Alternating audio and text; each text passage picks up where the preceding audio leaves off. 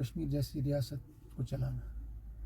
आपके लिए आईना है पत्थरबाजी बंद हुई, आपके लिए आईना है स्कूल खुले हैं, आपके लिए आईना है इस वक्त जिस तरह इशू कि पत्थरबाजी क्यों बंद हुई। आप इमोशनल सियासत पे आ जाते हो, आप फिर भी कहते हो बीजेपी का डर है यहाँ पे, तो आप कैसे जम्मू कश्मीर अवाम को, बिलखुसूस नारद कश्मीर अवाम को ये बावर कराने में कामयाब हो जाओगे कि डेवलपमेंट से बेहतर है कि हमारी पहली इमोशनल सियासत नहीं है। सैफुद्दीन सोस के साथ क्या हुआ, क्या उस पर बात करेंगे आज आप? क्योंकि आप नहीं, जम्मू क्या कश्मीर, सैफुद्दीन सोस आपको पार्टी से निकाला गया इस बात के लिए कि आपने बीजेपी के हक में वोट नहीं किया, एनडीए के हक में वोट नहीं किया। देखिए पार्टी डिसिप्लिन होता है। अस्सलाम वालेकुम, मैं हूं तौसीफ हमदानी, विंग्स टीवी से बराह रास्त आपसे मुखातिब हूं। मेरे साथ इस वक्त कैसर जमशेद लोन है जो district president national conference Kupwara है।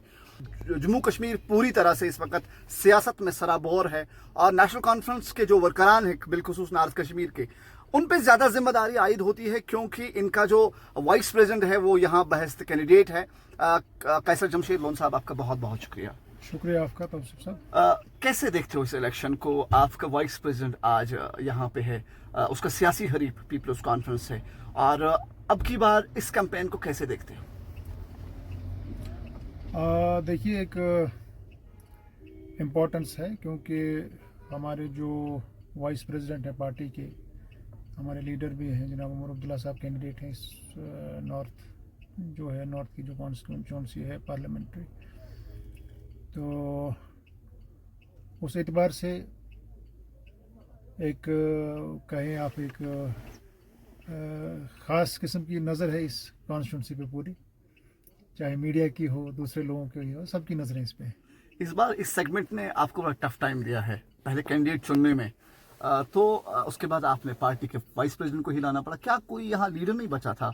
आप सब वर्करान हो नेशनल कॉन्फ्रेंस के, ऐसा क्यों? देखिए मैं आपकी इस बात से इत्तेफाक नहीं रखता क्योंकि किसी मजबूरी में हमें नहीं लाना पड़ा।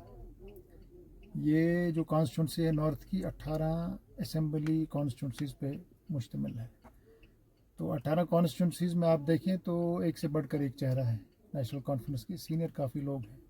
इवन हम कुपवारा में ही देखिए, यहाँ भी काफ़ी चेहरे हैं जो कि कैंडिडेट हो सकते थे। कैसर साहब भी उनमें से एक था। हाँ क्यों नहीं, मैं भी लड़ सकता था, मैं भी हो सकता था, लेकिन सबकी जो है चाह यही थी पहले दिन से ही।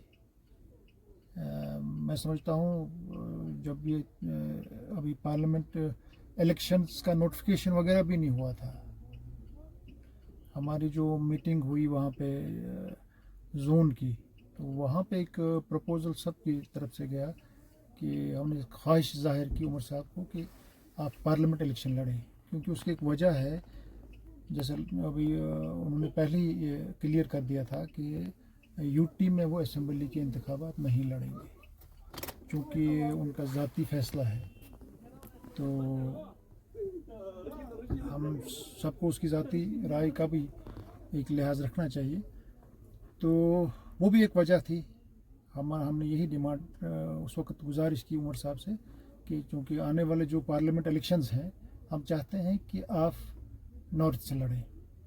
शुरुआत वहीं से हुई थी, तो मुझे खुशी है और मुझे लगता है हम सब साथियों को, हर एक साथी को ये खुशी है कि जो हमने पहले इनिशिएटिव लिया था, जो हमने पहले प्रपोज़ल रिकमेंड किया था नॉर्थ जोन कमेटी ने, तो अल्टीमेटली उस पर मोहर लग गई हमारे प्रेसिडेंट की और पार्टी ने हमें उमर साहब को एज कैंडिडेट दे। आपके सामने एक दीदावर सियासत है। अगर आप देखोगे इस वक्त आपके जो वाइस प्रेसिडेंट हैं उमर साहब ने भी इस चीज़ का एक्नॉलेज किया कि यहाँ डेवलपमेंट की कमी है, यहाँ पे इंफ्रास्ट्रक्चर, रोड इंफ्रास्ट्रक्चर है, हेल्थ सेक्टर है, उसके बाद रेलवे का प्रोजेक्ट है, उसके बाद पानी का सिस्टम, बिजली का सिस्टम, उसने उन तमाम चीज़ों पे बात की। लेकिन मैं आपसे चाहता हूँ, फिर भी आप इमोशनल सियासत पे आ जाते हो, आप फिर भी कहते हो बीजेपी का डर है यहाँ पे, तो आप कैसे जम्मू कश्मीर अवाम को, बिलखुसूस नारद कश्मीर अवाम को ये बावर कराने में कामयाब हो जाओगे कि डेवलपमेंट से बेहतर है कि हमारी पहली इमोशनल सियासत? नहीं, डेवलपमेंट के हवाले से आप डेवलपमेंट का जब आप फोकस करेंगे वो तो मैन असेंबली उस पर रहता है, असेंबली इलेक्शंस पे, क्योंकि जो यहाँ सरकार बनेगी वही डेवलपमेंट करेगी। रियासत की डेवलपमेंट तो यहाँ की सरकार करेगी। डेवलपमेंट के हवाले से आप देखेंगे, आप देख लीजिए जहाँ पे नेशनल कॉन्फ्रेंस से छोड़ा था वहीं उसके आगे कहीं बढ़ा नहीं। अगर आपको याद होगा, जब 90 से लेके 96 तक यहाँ हालात ख़राब थे, तो यही हाल था। 96 में जब नेशनल कॉन्फ्रेंस आई, मुझे याद है एज ए स्टूडेंट में तब पढ़ता था श्रीनगर में। श्रीनगर से यहाँ तक कुपवाड़ा आते आते पूरा दिन लगता था। ये नेशनल हाईवे की हालत इतनी खस्ता थी।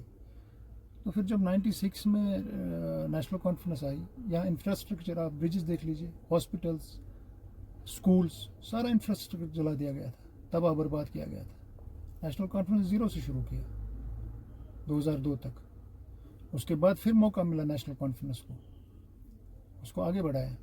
उसके बाद आप देख लीजिए, जब नेशनल कॉन्फ्रेंस ने 2014 में छोड़ा था, 15 के बाद कहाँ क्या हुआ? कहीं कुछ नहीं हुआ।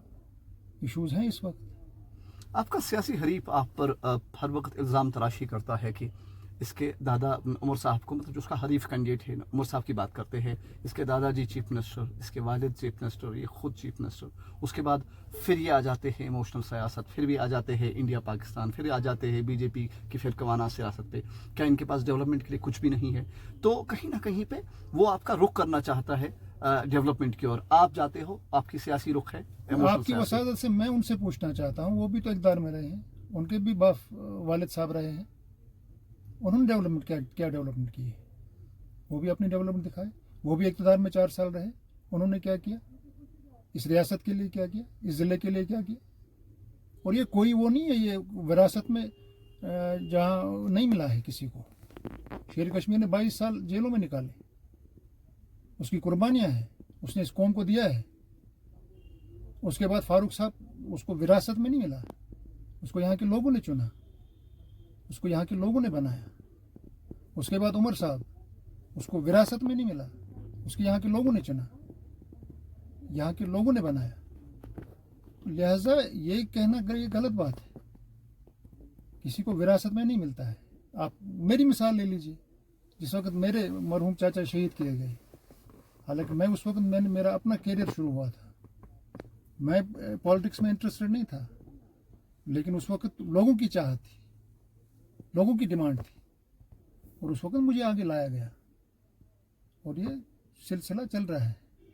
ये लोगों का प्यार है, ये लोग फैसला करते हैं। ये कोई ये नहीं, विरासत नहीं है कि एक बाप फैसला करेगा कि बेटे को लिख के देगा वो करेगा। ये जमहूरियत है जनाब, इलेक्शन लड़के आते हैं, कोई पासान नहीं करता है। जिस तरह विरासत पासान होती है, उस तरीके से नहीं होता है। एक सवाल आपसे, जो मैंने आपको, जब आप स्टेज पे आते हो तो आप इस चीज़ को बार बार दोहराते हो कि सजाद गनीलोन ने कुरान पे हाथ रखा, उसने कहा कि मैं सियासत नहीं करूंगा। मैंने भी वो वीडियो देखा है, जहां तक मैं समझता हूँ उस वीडियो को, मैंने कहीं नहीं सुना कि सजाद गनीलोन कह रहा है कि मैं कुरान पर हाथ रखूंगा, आज के बाद सियासत नहीं करूंगा, आज के बाद इलेक्शंस में पार्टिसिपेशन नहीं करूंगा। आप, मुझे लगता है कहीं ना कहीं पे वो वीडियो पूरी तरह नहीं, आप ही मुझे बताएं क्या वो कह रहे हैं कि मैं कुरान पे हाथ रख रहा हूँ। इस वक्त कैंडिडेट उठे हैं, उनको मैंने नहीं उठाया है, और अगर ये सच है तो मैं सियासत छोड़ दूंगा। जो मैंने सुना वीडियो, आपने क्या सुना? उस वक्त 2002 में जब जो भी कैंडिडेट्स, मरहूम गुलाम मोहद्दीन सोफी साहब उनके ही थे, पीपल्स कॉन्फ्रेंस से वाबस्ता था। अब्दुल हक खान साहब पीपल्स कॉन्फ्रेंस से वाबस्ता था, और उस वक्त वो हुर्रियत में थे जनाब, सजाद साहब हुर्रियत में थे। गिलानी साहब ने उन पर सवाल उठाया कि ये जो है सजाद साहब जो हैं, ये मेन स्ट्रीम में जाना चाहते हैं, इनकी तार वहाँ मिली हुई है, दिल्ली में मिली हुई है, इन्होंने प्रॉक्सीज खड़े किया है। उस प्रेशर में आकर के सजाद साहब सामने आ गए मीडिया के, उन्होंने कुरान पे हाथ रखा कि मैं मेन स्ट्रीम ज्वाइन नहीं कर रहा हूँ, मैंने कोई प्रॉक्सीज नहीं उठाए हैं। तो हम कौन सी गलत बात कह रहे हैं? उसके बाद वो खुद मेन स्ट्रीम में आ गए, उन्होंने खुद इलेक्शन लड़े। जब असेंबली इलेक्शन लड़ा, उसका जनरल सेक्रेटरी कह रहा है, उससे जब पूछा गया, किसी मीडिया ने पूछा कि उन्होंने कहा नहीं, वो भी रिकॉर्ड पे है, उन्होंने कहा नहीं, उन्होंने पार्लियामेंट के लिए कहा था, वो पार्लियामेंट नहीं लड़ेंगे, असेंबली के लिए नहीं कहा था जो उन्होंने कहा। कंफ्यूजन का दिक्कत है, क्योंकि अवामी सतह पे कैसर जमशीद लोन को लोग सुनते हैं, और जब लोग सुनते हैं तो कहना है एक सियासी ताकीद मिलते है। उसके बाद नॉर्थ कश्मीर से आपके एक पार्लियामेंटेरियन थे अकबर लोन साहब, ये भी मानता हूँ मैं, सेहत ख़राब थी उनकी, नहीं कर पाए, वो समझ सकते, लेकिन मुस्तफ़ी नहीं हुए, वो एक अलग मौजू है, उस पर नेशनल कॉन्फ्रेंस बात करें। नंबर दूसरा सवाल, इसी का पार्सल सवाल है, नेशनल कॉन्फ्रेंस ऑफिशियली उस पर कभी माफ़ीनामा लेके नहीं आई कि हम आवाम की खिदमत नहीं कर पाए, क्योंकि अकबर लोन साहब की जो पूरी जीत थी उसमें जितना वोट पड़े थे कुपवारा से 42% वोट माफ़ी पड़े किस थे। नाम की, क्यों नहीं की? अकबर लोन साहब नहीं, मैं उनको रिप्रेजेंट करता हूँ लोला में, उनके बदले मैंने वहाँ काम किया है, उनसे मैंने काम लिए हैं।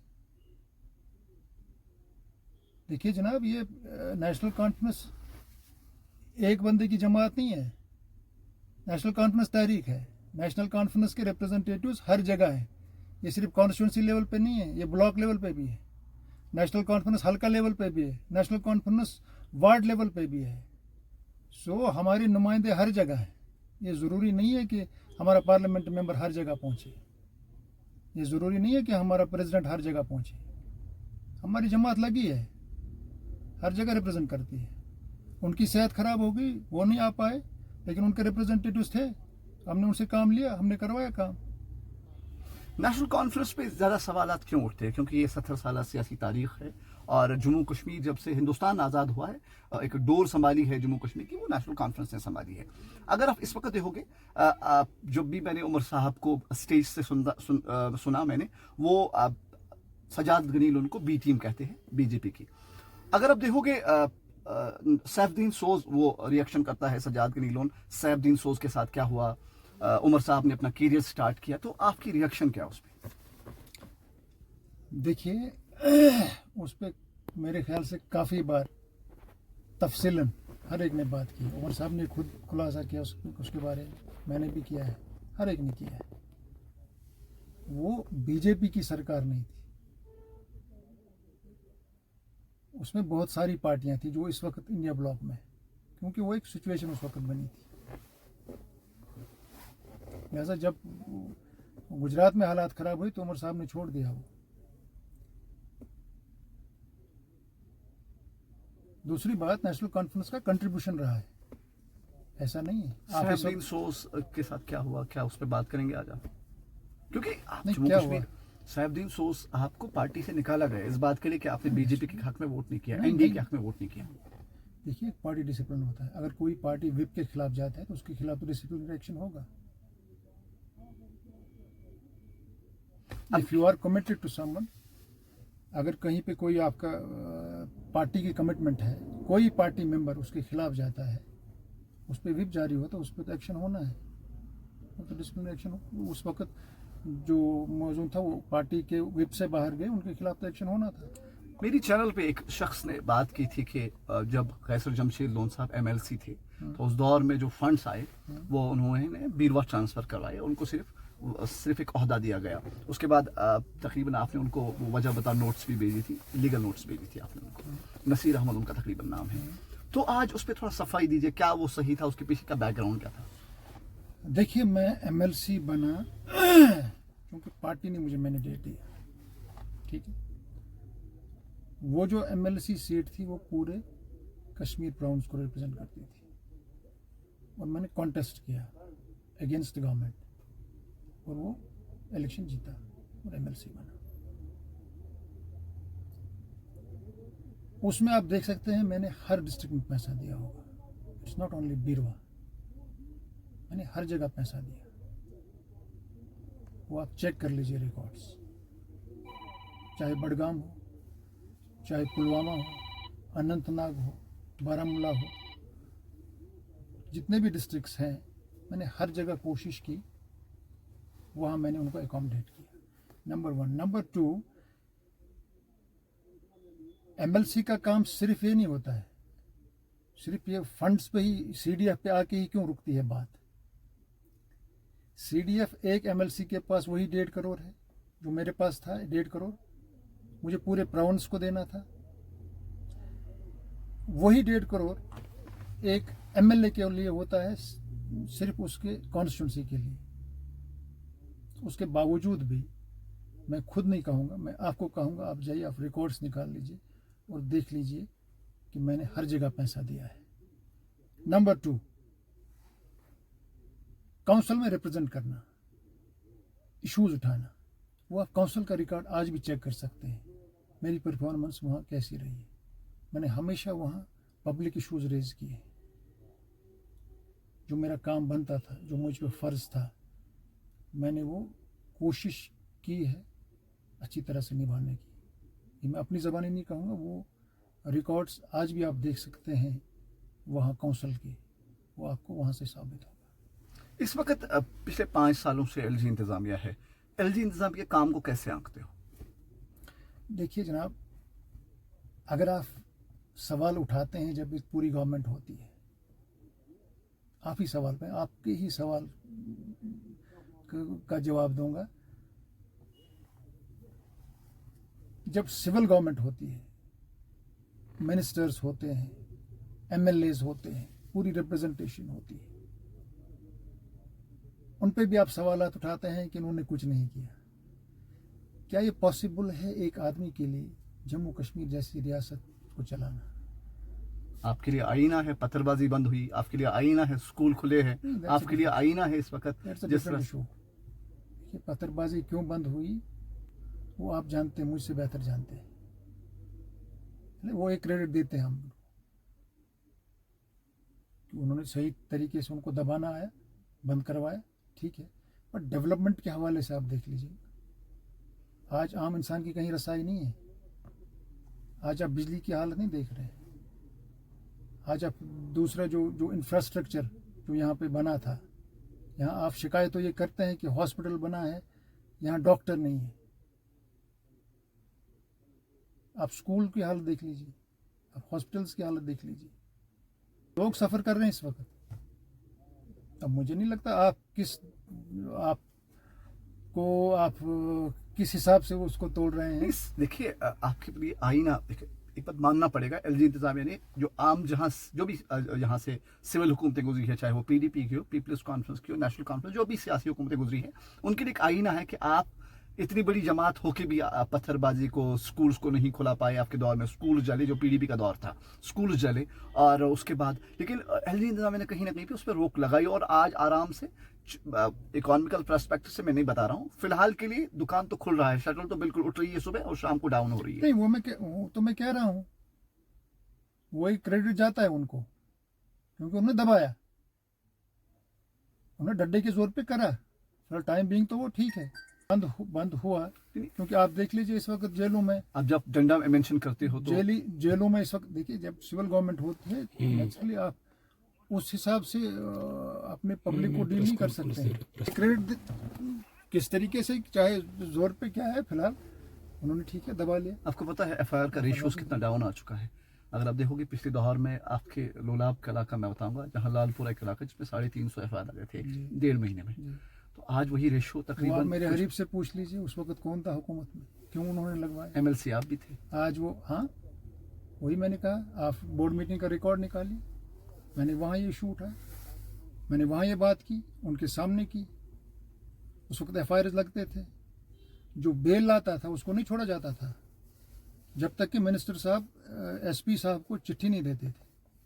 मैंने प्रोटेस्ट किया, आप रिकॉर्ड निकाल लीजिए, अब बोर्ड मीटिंग्स का रिकॉर्ड निकाल लीजिए। नेशनल कॉन्फ्रेंस ने हमेशा लोगों की खिदमत की है, नेशनल कॉन्फ्रेंस ने हमेशा अमन की बात की है, दोस्ती की बात की है, डेवलपमेंट की बात है। एक आखिरी सवाल आपसे पूछ रहा हूँ, उमर साहब की जीत को कैसे देखते हैं? यकीनन उसमें कोई शक नहीं है। ये थे कैसर जमशीद लोन साहब, जिसने बड़ी बेबाकी के साथ उन तमाम सवालों के जवाब दिए जो सियासी तौर पर इस वक्त अवाम के जहन में है। और ये ज़रूरी भी है कि जब डिस्ट्रिक्ट प्रेसिडेंट सियासी तौर पर अपनी बात रखता है और अवाम के सामने उन तमाम चीज़ों से पर्दा उठाता है कि नेशनल कॉन्फ्रेंस की जो पॉलिटिकल आइडियोलॉजी है उसके पास क्या है, उसके हथेली में क्या है। तो फिलहाल के लिए मुझे इजाज़त दीजिए और कैसर जमशीद लोन, आपके समय के लिए बहुत बहुत शुक्रिया।